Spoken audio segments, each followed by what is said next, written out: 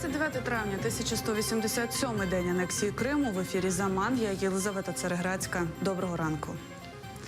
Кримські татари Стамбула зібралися на вечірньому розговінні іфтарі. Організатори намагались зібрати і познайомити між собою якомога більше кримських татар, які знаходяться далеко від батьківщини. На іфтар прийшло близько 100 чоловік, половина з яких були кримсько-татарські студенти, які навчаються в Стамбулі. Подібні заходи проводяться не часто, тому гості раді нагоді поспілкуватися.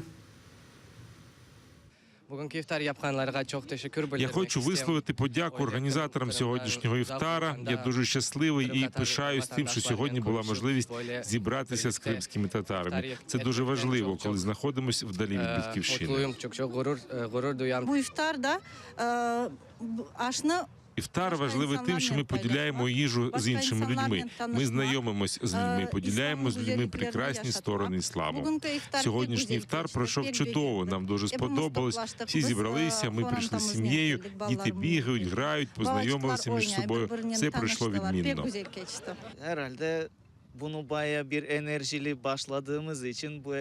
Напевно, ми змогли зібрати стільки людей за такий короткий час, тому що як тільки вчора прийшла думка про проведення іфтара, ми направили всю свою енергію на організацію.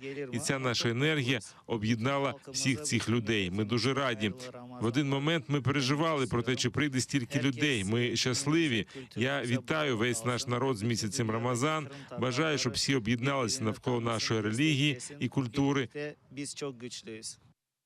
Елізарі Сейфулаєвій перешкоджають у спілкуванні з чоловіком, фігурантом справи Хізбут Тахрір Фіратом Сейфулаєвим. Про це повідомляє Кримсоц. Елізара розповіла, що з початку травня вона замовляє розмову, але зв'язок для спілкування з чоловіком їй не надають. Останній раз подружжю вдалося поспілкуватися 28 квітня.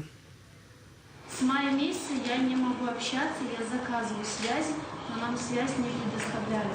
То есть 15 минут нашего времени проходит, на экране появляется другой человек, который, видимо, тоже хочет связаться со своими родственниками. Он видит меня, он от меня в шоке, я вижу его, я удивлена. То есть уже практически месяц нету никаких известий. Знесення кафе на Айпетрі виявилося фарсом. Тиждень тому голова окупаційного уряду Криму Сергій Аксьонов заявляв на камери: досягнута домовленість з торговцями, люди пішли на зустріч. Виявилося, що тоді свої речі вивезли 3 власника з 45, а на наступний день повернули їх на місце. Все показуха. Вот так. Это те же столы, которые вытащили вчера на том ряду. Все обратно затащили. Это власти к нам претензий официально не предъявляют.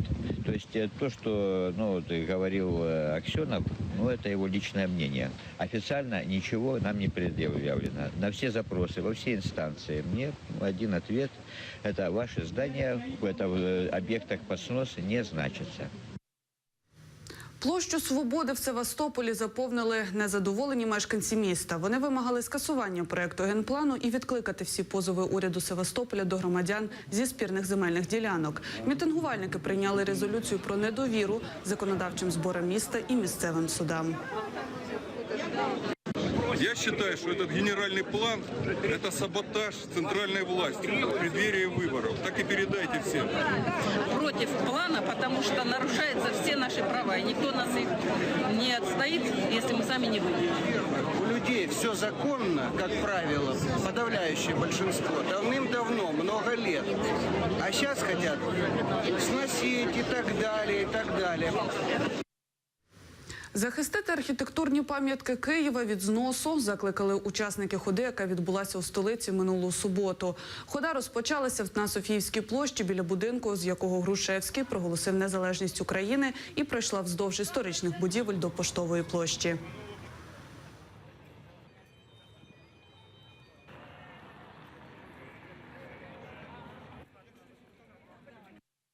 Кияни взагалі-то звикли на День Києва їхати з міста, але я думаю, що в нас вже немає морального права це робити.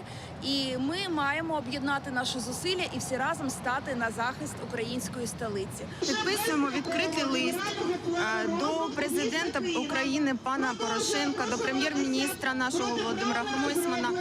Тобто звернення учасників цієї ходи на захист пам'яток історичних, пам'яток архітектури в місті Києві, які протягом останнього часу просто зникають. Творимо українську культуру разом. Під таким гаслом в Києві відбувся мегамарш у вишиванках. Марш приурочили до Дня Києва. В заході взяли участь поети, танцівники та музиканти. За оцінками організаторів, це близько 2000 людей. Свято відкрили виконанням Державного гімну України. Магазин «Укрмода» і світ.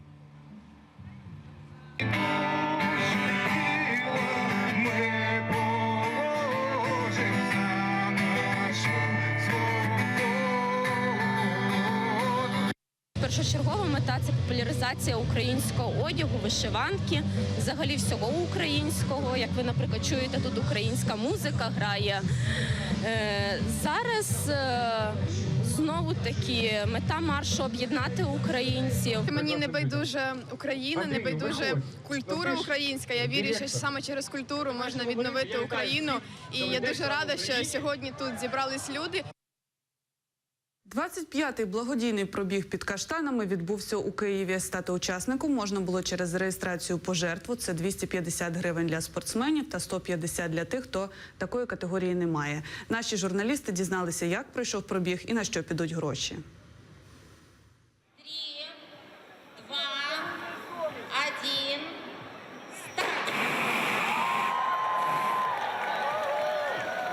У благодійному пробігу взяли участь більше 10 тисяч учасників. Гроші, зібрані зі стартових внесків, передадуть Центру дитячої кардіології та кардіохірургії Міністерства охорони здоров'я України. Вони стануть частиною суми, необхідної для покупки діагностичної апаратури для обстеження дітей. В этом году у нас большой праздник. Мы празднуем 25-й юбилей пробега под каштанами. И вообще само это событие, то, что мы 25 лет проводим такое мероприятие, мне кажется, очень важно. Это было первое массовое благотворительное мероприятие в Украине. И сегодня оно самое массовое. Найменшому учаснику забігу 2 місяці. Для цієї вікової категорії був окремий дитячий пробіг в ходунках. Саме він розпочав програму змагань. Маленькі спортсмени здолали 10 метрів на головній сцені. Усіх учасників нагородили подарунками, 3 переможців отримали ще й медалі. Думали на ходунки, але, в принципі, він уже може сам бігати, тому вирішили більш старшу категорію піти. І як успіхи? Ну, біг сам, подобалось, посміхався. Прийшли підтримати благодійний цей забіг. Також просто провести добрий час, показати приклад дітям, що можна так приймати участь в таких гарних заходах. І дякуємо організаторам. Далі був старт для дітей до 15 років. Потім стартували спортсмени. Найкращий час – 14 хвилин. Потім забіг мужніх. Учасники-спортсмени на візках. Останнім стартував благодійний забіг, учасниками якого стали люди без професійної підготовки, а також команди. Усі спортсмени долали дистанцію 4900 метрів. Віктор Пономарьов, Едем Сідалієв, Заман, АТР. На цю годину це все. Продовжують ефір Гульсум Халілова та Лідія Полянська і їх цікаві співрозмовники. Дивитися наш канал ви можете, придбавши підписку на сайті АТР. Ваша підтримка важлива для нас. Наступний випуск «Заман за годину». Залишайтеся з АТР.